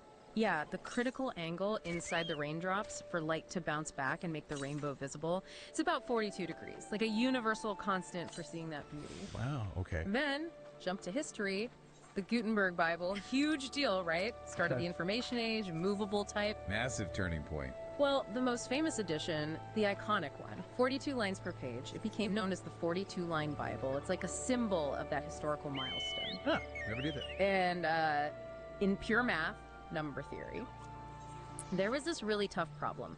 Trying to write numbers as the sum of 3 cubes, like x cubed plus y cubed plus z cubed equals some number. Yeah. For decades, 42 was the last number under 100 they couldn't solve. It was this famous nagging puzzle. They finally cracked it in 2019.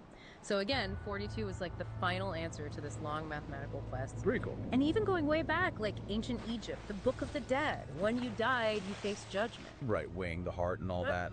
You had to stand before 42 judges, the assessors of Ma'at, and basically declare your innocence for 42 specific sins to get eternal life. So 42 represents the ultimate judgment, the final tally of your life. So just to recap that, across science, history, math, ancient religion, 42 keeps showing up as a final answer, a constant, a turning point, or this ultimate judgment. It's definitely loaded with symbolism. It really is. Yeah. And then you land on 93, the position where the answer appears in pi, and 93.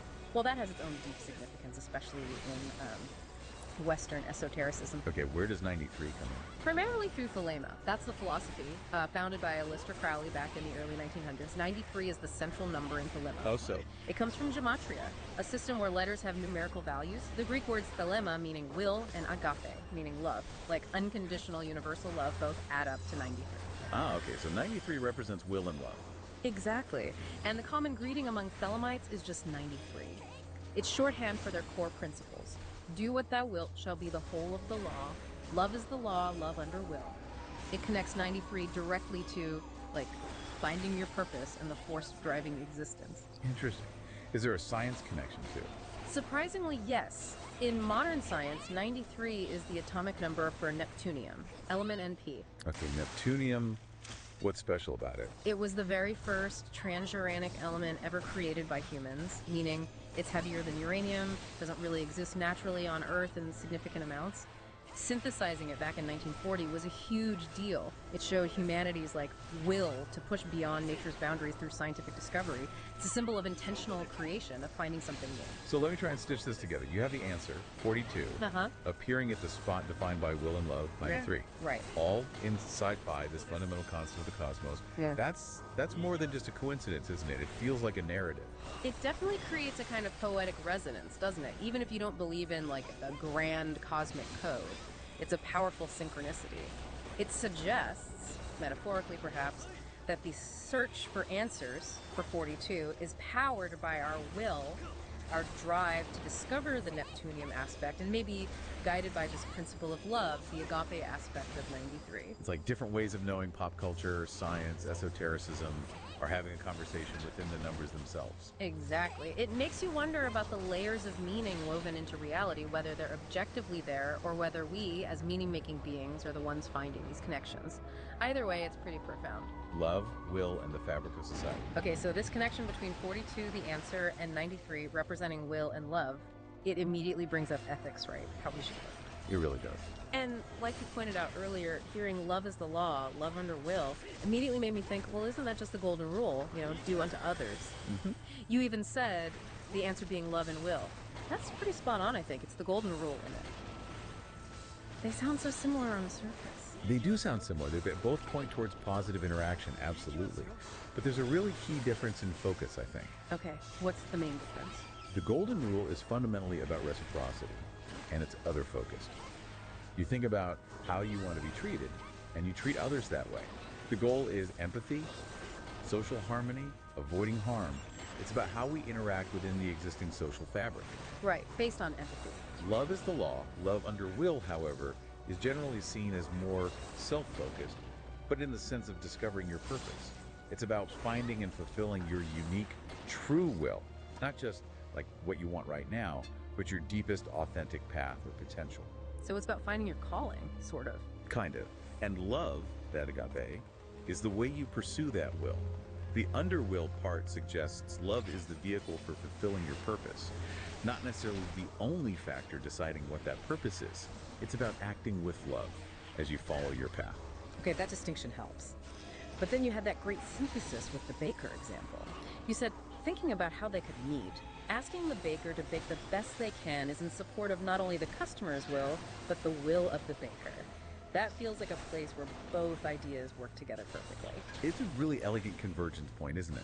In that ideal situation, the baker's true will might genuinely be excellence in their craft. So by pouring their passion and skill into baking the best bread. They're fulfilling their own purpose. Exactly. They're expressing love of self, honoring their talent, they're showing love for the craft itself, and crucially, they're expressing love for the customer. They're providing something excellent. Their individual will aligns perfectly with the collective will of the customers wanting good bread. Everyone benefits. Okay, that's the ideal scenario, but let's push it a bit. Where does the difference really bite? What if the baker's true will isn't baking? What if, deep down, they feel called to be a painter, but they're baking because, it pays the bills or it's expected? Now that's the stress test, isn't it? This is where the two ethics might diverge significantly. How so? Well, love under will, if taken seriously, would actually compel that person to pursue painting because that's their authentic path, their true will. Even if it means disappointing customers in the short term or causing disruption, The ethic points towards aligning with that deeper purpose. Okay, follow your true calling. Right. The golden rule, though, being more about social harmony and reciprocity within existing roles, well, it wouldn't necessarily tell the baker to stop baking, especially if they were still doing a decent job and treating customers well. It doesn't really address that deeper existential choice between obligation and authentic calling in the same way. It highlights that potential conflict. That makes a lot of sense. Which brings us to another really deep insight you offered, a reinterpretation of love under will. You said, love under will is oft misinterpreted as making love subservient to will, demands that one consider not only their own will, but the will of those with whom they engage and interact. This completely shifts it from maybe sounding individualistic to something interconnected. This, I think, is such a crucial evolution of the idea. When we're talking about agape, this unconditional universal love, then by its very definition, it has to include respecting the true will of others. You can't fulfill your own deepest purpose in a way that actively crushes someone else's, because that action itself would lack agape. It wouldn't be truly loving. So my true will can't violate your true will if I'm truly acting out of universal love. Exactly. It implies a universe where ultimately all authentic true wills are potentially harmonious, like instruments in an orchestra, each playing its unique part, but contributing to the overall symphony, not clashing destructively. It transforms the ethic from do your own thing to find your unique contribution within the interconnected whole. So the summary you gave feels spot on. The Elimic philosophy appears to be one of ultimate service to all we engage with. By serving others, we also serve ourselves, and it leads to mutual benefit and harmonious relationships. It bridges the personal and the collective beautifully. It really distills it down to a compassionate core, doesn't it? Yeah. It suggests that the answer 42 is found through this integrated will and love, 93, a will that serves not just the self, but the whole system. Understanding that the self is part of the whole system is about empowering your purpose while respecting and enabling the purpose of others. Okay, sticking with these big conceptual leaps, you threw out another really wild one, the idea that gravity is influenced by collective and individual truth. This sounds like an ethical physics, like the universe itself cares about integrity. Huh. Yeah, it's definitely out there, but it works on a couple of levels. As a metaphor, it's super intuitive, right? We talk about people having gravitas or being drawn to someone with integrity. It feels like truthfulness or wisdom has a kind of spiritual mass that attracts others. Think about figures like Gandhi or MLK. Yeah. They pull people into their orbit. Yeah, you feel that pull towards authenticity. Right. And then as a more speculative physical idea, it touches on things like panpsychism or idealism. The notion that consciousness, or maybe even truth, isn't just something that happens in the universe, but is a fundamental aspect of the universe, actively shaping it. So like the gravity of saints and sages, great spiritual figures literally warping the space-time of consciousness around them. Kind of. Metaphorically warping it, drawing people into more harmonious orbits just by being deeply aligned with truth. It's a universe where virtue isn't just nice, it literally has weight, it matters fundamentally. Which then led to that audacious twist on Einstein's EMCP SOP. You proposed reframing it as energy, mass consciousness. Wow, that's blending physics and psychology right there. It's a conceptual model, yeah. Trying to bridge those worlds. Let's unpack it. E, the energy, isn't just physical energy, but maybe the kinetic energy of history. Big shifts, wars, revolutions, creative, bursts of the energy that moves civilization. Okay, the energy of human events. And the mass becomes mass consciousness, collective identity, shared beliefs, national narratives, religious dogma, the weight of a group's shared mindset. Got it. So what's C? Not the speed of light anymore. In this model, C is reimagined as the quality of consciousness, its speed, its clarity, its coherence, its ability to connect things, its alignment with that harmonious principle of 93 will and love working together. Think, focus, intention. And the C squared, Y squared. That's the kicker. It emphasizes the exponential impact of that conscious quality. A small group, but incredibly focused and aligned, IC, can generate immense energy, huge change. Think about pivotal moments led by small, dedicated groups. Right, they punch above their weight. Exactly. Conversely, a huge population, large M, but fractured, unfocused, full of conflicting intentions, low C, just remains inert, stagnant, and maybe most potent. When you get large masses with high but opposing, like polarized ideologies clashing, the energy released is enormous and destructive. Think world wars. Wow. It's like psychohistory, but framed as physics. The quality of thought shapes reality's energy. It's a provocative lens, for sure. Makes you think differently about collective intention and focus. The abominable act and systems of control. That's a powerful way to think about societal energy. Now, let's shift to maybe the biggest, most destructive release of that energy, the atomic bomb. You pointed out a really interesting connection, or rather the real connection, between Oppenheimer, the bomb's architect, and Jack Parsons, the rocket guy. Yeah, the connection wasn't really about them chatting over coffee about physics and rockets. Right. You said the true link was military investment and motive, that the military needed both their areas of expertise. Precisely. Oppenheimer was the genius pulling together the physics to weaponize the atom in the Manhattan Project. Parsons was the often unorthodox pioneer pushing rocket propulsion, partly driven by science, partly by his own esoteric beliefs. But the crucial link, the original sin, as you put it, was that relentless military drive, that lack of ethical breaks during wartime. So it was a forced marriage of their fields. Absolutely. Funded by military ambition. The desire for the ultimate weapon created the imperative to merge nuclear physics with advanced rocketry. That's what led directly to the ICBM era, the foundation of the Cold War. It wasn't some natural scientific progression. It was strategy driving the science. And you mentioned the listener's point about Parsons engines being needed for early bomb delivery. That reinforces this military imperative. It does, although with a slight clarification, the very first bombs, Little Boy and Fat Man, were actually dropped by heavily modified B-29s, stripped down to carry the weight.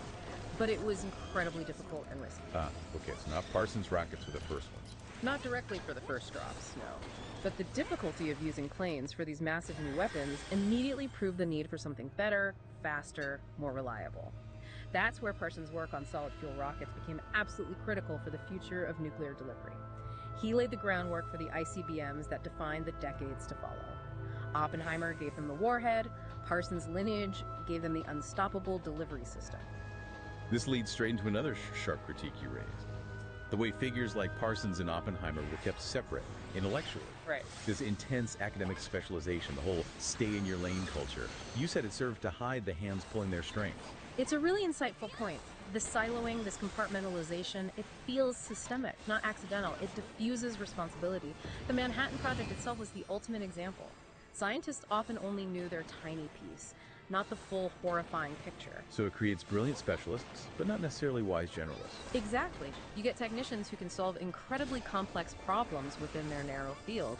But the system discourages people from connecting the dots, from asking the big ethical questions, from seeing how their piece fits into the potentially monstrous whole. The kind of cross-disciplinary thinking we're doing right now is exactly what that system tends to prevent. And you framed the justification for this control as existentially defensive. Like, it's necessary to stop just anyone from figuring out how to build an apocalypse. Keep the knowledge fragmented for safety. That's the cynical rationale, yeah. The state, or the military-industrial complex, basically says, only we can handle the synthesis of this dangerous knowledge. Trust us to manage it. It keeps power concentrated. It's an old playbook, like ancient priests guarding sacred texts, making themselves indispensable. Create the monster, then sell yourself as the only one who can control it. But then comes the devastating counter. And yet, the bomb fell, which, as you said, proves the inherent instability of the theorem of total militant control over knowledge proliferation. It's the undeniable tragic proof, isn't it? Hiroshima. And then Nagasaki, just 3 days later, which is perhaps even more telling about the momentum of the system. The promise of control, the promise of apocalypse averted because we have the knowledge, was broken. It showed that once the weapon existed, using it became part of the strategic calculus. The control failed. The system couldn't contain its own creation. So what about individual choice within that system? You highlighted that at every stage, a single individual could have refused their task. Why didn't more people say no? That's the chilling question. The system is incredibly effective at neutralizing that individual no. You have diffusion of responsibility. I'm just doing my small part. Obedience to authority. I'm just following orders. The pressure of the war effort. And that very compartmentalization, maybe you genuinely don't see the full moral horror of the final product from your little piece of the puzzle. The system relies on disabling individual conscience.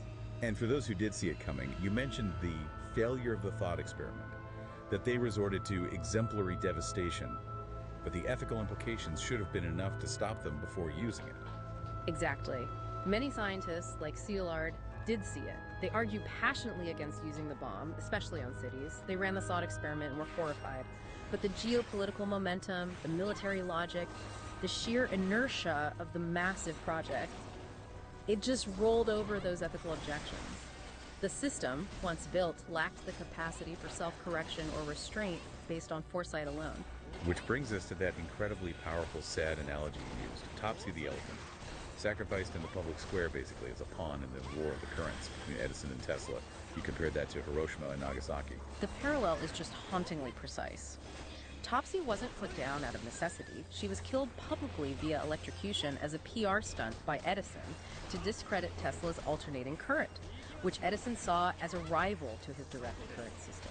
It was a spectacle of destructive force designed to secure dominance for one system by demonizing the other. Just like the bombs were spectacles of force to secure dominance. Exactly. And Tesla's potentially more decentralized, maybe more equitable energy system was the ethical path not taken, much like a path of international control or non-use of the bomb was rejected.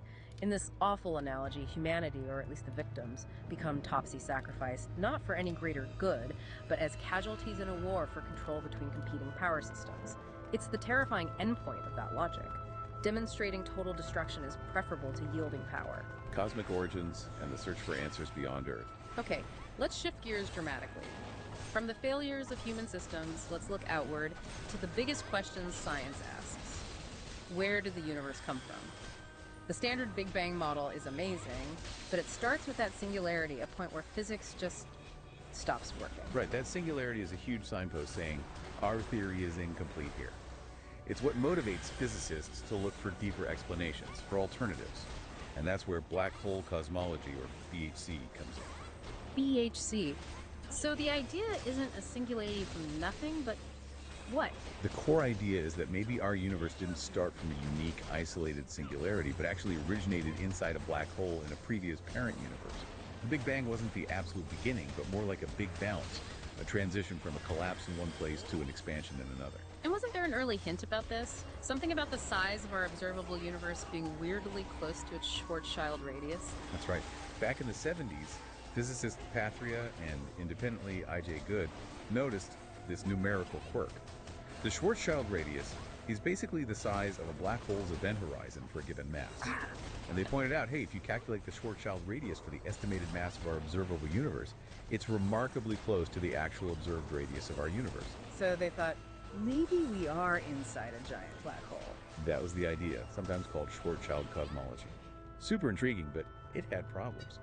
Trying to mathematically stitch together the geometry inside a black hole with our smooth, expanding universe didn't quite work out smoothly. And it didn't really solve the singularity problem, just kind of moved it inside the giant black hole. But it opened a door. So how did the idea evolve? You mentioned Lee Smollen's cosmological natural selection, the idea that black holes make baby universes. Yeah, Smollen's idea, sometimes called fecund universes, adds a kind of Darwinian twist. Imagine every time a black hole forms, it creates a new universe inside it. And maybe the fundamental constants of physics, like the strength of gravity or electromagnetism, slightly mutate in the transition. So universes that are good at making black holes have more offspring. Exactly. And it turns out the conditions needed to make lots of black holes, stable stars, galaxy formation, are pretty similar to the conditions needed for life. So Smollen's idea suggests our universe is fine-tuned for life, not by accident or design, but because universes like ours are simply better at reproducing via black holes. It's natural selection on a cosmic scale. That's a wild thought, but the most developed version now uses something called Einstein-Cartan-Siama-Kibble theory. ECSK. ECSK theory. It's championed by physicists like Nikodem Popyavsky. It's basically an extension of Einstein's general relativity. How does it extend it? General relativity describes gravity as space-time curvature. ECSK adds another property, torsion. Think of it like a twist or spin in the fabric of space-time itself. And this torsion is generated by the intrinsic spin of fundamental particles, electrons, quarks, stuff that makes up matter. Okay, so space-time can curve and twist. According to ECSK, yes. Now, usually this torsion effect is incredibly tiny, negligible. But inside a black hole, where matter is crushed to unimaginable densities, the combined spin of all those particles can create a huge torsion effect. And crucially, this torsion acts as a repulsive force. So that's what stops the singularity. The twist pushes back. Precisely. As matter collapses, gravity pulls it in, density skyrockets. But the repulsive torsion force grows even faster. So before everything can collapse to an infinitely dense point, the singularity torsion pushes back, halting the collapse. And then it bounces. Exactly. It reaches a maximum but finite density and then rebounds violently outwards. That rebound is the Big Bang, seen from the inside. It creates a new, expanding baby universe hidden behind the parent black hole's event horizon. So every black hole is like a cosmic womb birthing a new universe. A one-way wormhole. That's the picture in this ECSK model. The Einstein-Rosen bridge, yeah. Matter and information flow in from the parent universe through the black hole throat and emerge into the new expanding universe. And this elegantly solves the black hole information loss paradox too. How so? That paradox says information falling into a black hole is lost forever, right? Which violates quantum mechanics. Right, but in BHC with ECSK, the information isn't destroyed, it just passes through the bounce into the new universe. It's lost to the parent universe, sure, but not lost from existence altogether. Quantum rules are preserved, just on a multiversal scale. Okay, that's neat. But the standard model uses cosmic inflation, that burst of hyperexpansion right after the Big Bang, to solve problems like why the universe is so flat and uniform. Does BHC have an answer for that? BHC proponents argue yes. They suggest the incredibly violent dynamics of the Big Bounce itself would naturally trigger a very brief but intense period of exponential expansion right at the beginning. This bounce-driven expansion could smooth out the universe, solving the flatness problem, and bring distant regions into contact, solving the horizon problem, doing the job of inflation without needing a hypothetical inflaton field to drive it. Plus, the bounce could create all the matter. Yeah, the extreme energy of the bounce could generate particles out of the vacuum, explaining where all the stuff in our universe came from. So it potentially ties several big mysteries together. Okay, if it's such a compelling alternative, how do we test it? How could we tell if we live in a universe born from a black hole bounce versus a standard Big Bang with inflation? Are there signs? That's the million-dollar question, isn't it? Yeah. There are a few potential observational signatures BHC predicts that might differ from the standard model. One big one is a possible preferred cosmic axis. Meaning the universe isn't the same in all directions? Potentially, yeah. If our universe was born from a spinning black hole in the parent universe, it might inherit some of that spin, creating a large-scale asymmetry, a subtle direction imprinted on the cosmos. And didn't you mention something about JWST seeing weird galaxy spins? Is that related? It could be. Very recent JWST results showed a statistical hint. About 2/3 of observed early galaxies seem to be spinning in one preferred direction. It's super intriguing, but still preliminary. It's around 3.4 sigma significance, not the 5 sigma gold standard yet. We need more data, we need to rule out any local effects or biases, but it's exactly the kind of large-scale anisotropy some BHC models might predict. What else? Any traces left in the cosmic microwave background? The Big Bang's afterglow? Possibly. That same preferred axis could show up as CMB anomalies, things like weird alignments in the largest patterns on the CMB map, or one half of the sky looking statistically different from the other, hemispherical power asymmetry. Some BHC models even speculate about interactions with sibling universes causing deviations. Could BHC help explain those surprisingly big galaxies JWST is finding really early on? They seem too mature for the standard timeline. That's another potential plus. Some BHC models naturally predict a slightly older universe, Right. maybe 14.6 billion years old, instead of the standard 13.8 billion. That extra time, almost a billion years, could make it easier for those unexpectedly large, well-formed early galaxies to actually assemble. It doesn't solve the puzzle entirely, but it might alleviate the tension. And what about that other cosmic headache, the S8 tension? The mismatch in how clumpy matter is, early versus late universe. Right, the S8 tension. BHC, particularly with ECSK theory, predicts a slightly different history of how structures grow over cosmic time because of the influence of torsion. Some calculations suggest this different growth history might naturally resolve the S8 tension, bringing the early and late universe measurements into better agreement. So lots of potential pluses. What are the main hurdles for BHC right now? The big challenges. Well, a major one is still the metric mismatch. How do you smoothly get from the potentially messy, uneven interior of a collapsing black hole to the incredibly smooth, uniform universe we see today? Proponents say the bounce resets the geometry, but a fully convincing mathematical description of that transition is still needed. Makes sense. And also, while ECSK is elegant, it's not a full quantum gravity theory. We don't really know how gravity and quantum mechanics fully merge at those extreme bounce densities. And since the key torsion effects only happen at energies we can't possibly replicate in labs, direct testing is really, really hard right now. Okay, stepping back from the physics. Philosophically, what does it mean if BHC is right? If our universe came from a black hole? It's a huge shift in perspective, isn't it? Instead of a unique singular creation event, you have an endless cycle of cosmic birth, death, and rebirth. Our universe becomes just one branch in an infinite evolving multiverse. And it changes the fine-tuning argument. Completely. Fine-tuning for life isn't a lucky accident or special design anymore. It's potentially the result of Smolin's cosmic natural selection. Universe is good at making black holes, and thus life, just become more common over time.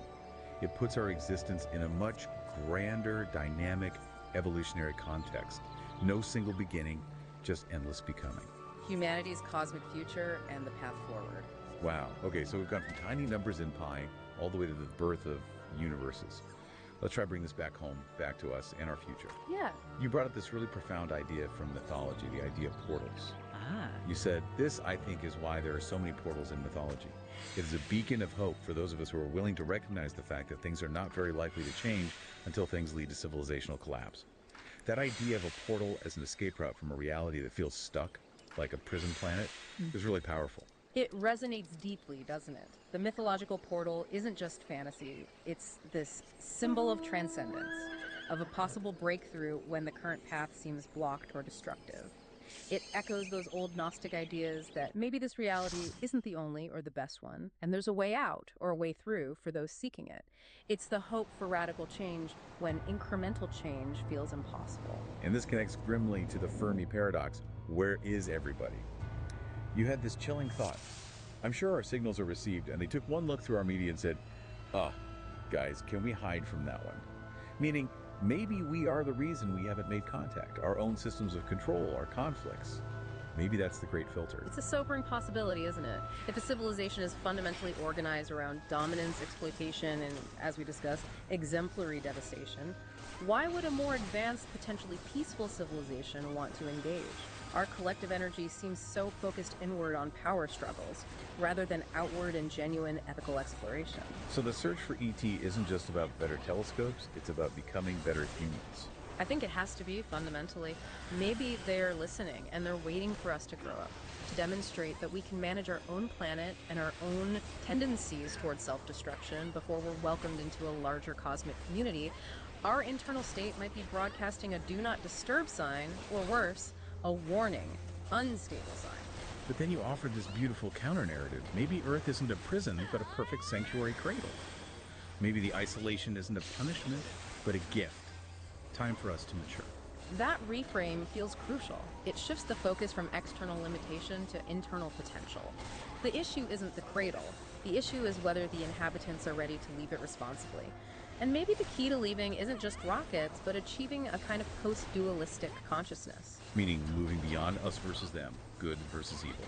Exactly. Moving beyond the rigid binaries that fuel conflict and exploitation. If we were to carry those patterns out into the cosmos, we'd just replicate our problems on a galactic scale. So the portal isn't just about escaping Earth physically. It's about an internal transformation, healing our divisions, maturing our collective consciousness. Only then can we engage with the universe responsibly. Which perfectly sets up your core principle for our future among the stars. The journey to the stars must be exploratory, not exploitative. That has to be the compass, doesn't it? An exploitative species expands out of fear, scarcity, consumption. It sees new worlds as resources to plunder. An exploratory species expands out of curiosity, awe, respect. It seeks knowledge, connection, understanding. We have to apply that prime directive to ourselves first. If we can't stop exploiting our own home and each other, we have no business venturing elsewhere. So is there tangible hope? You suggested a very practical starting point. At the heart of it all is limited resources, driving fear that leads to excessive behaviors. If we solve but that one thing, a truly circular resource processing system, addressing scarcity itself.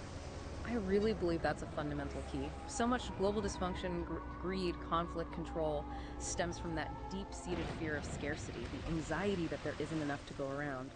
Imagine if we shifted to a truly circular, regenerative economy here on Earth. Where waste from one process feeds another. Abundance, not lack. Exactly. A system based on abundance and flow, not extraction and hoarding. If you eliminate the fear of scarcity, the rationale for exploitation and dominance starts to dissolve.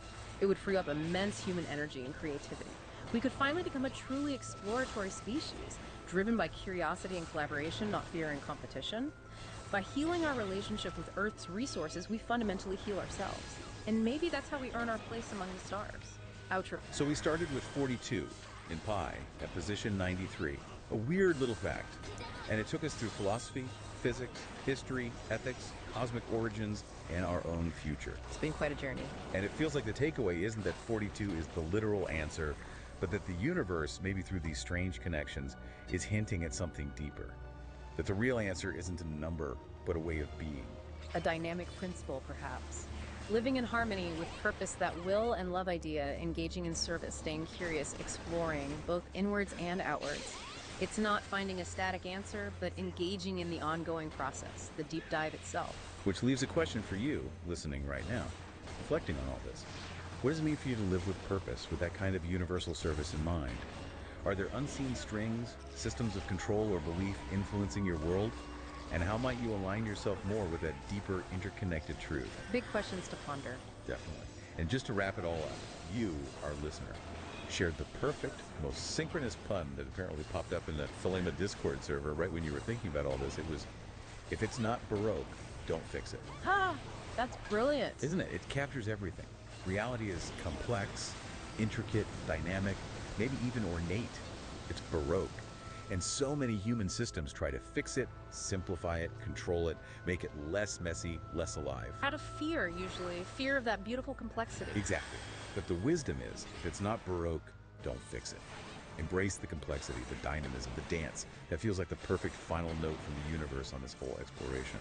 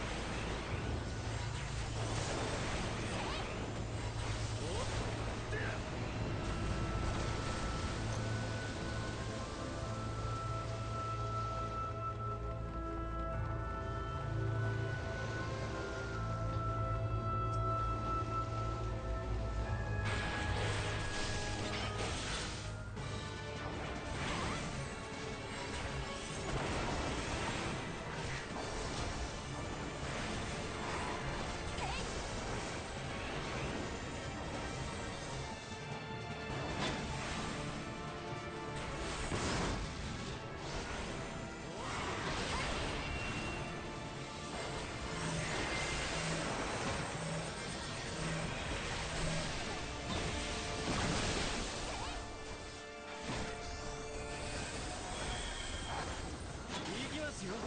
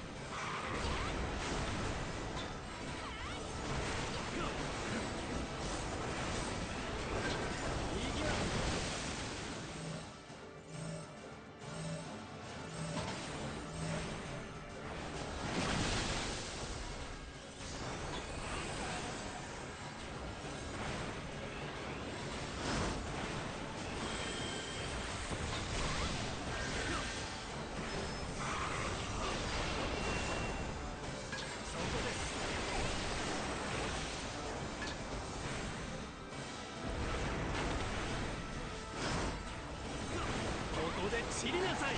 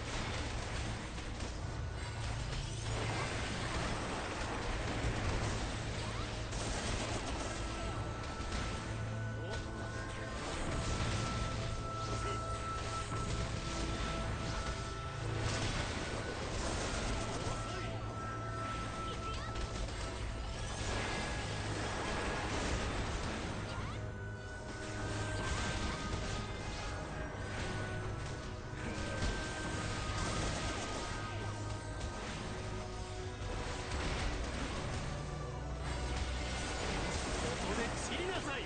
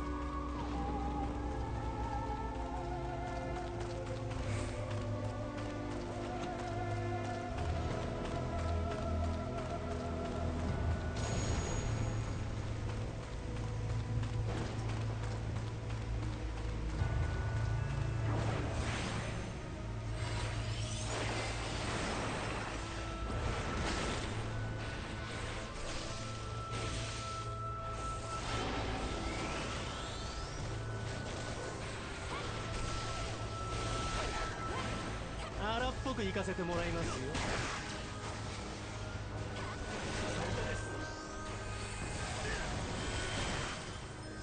行きますよ。そこです。ここで散りなさい。そこで邪魔をするな。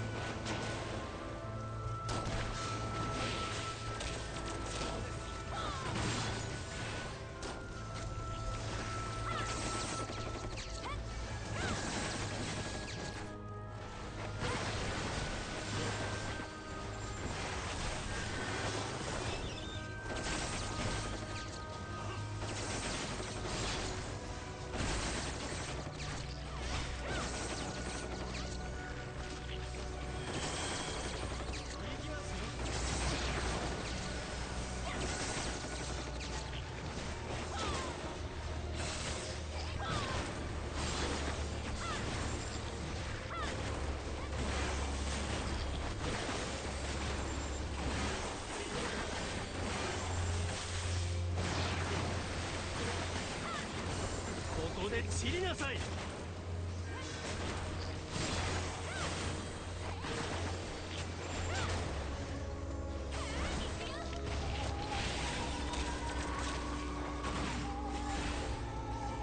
荒っぽく行かせてもらいますよ。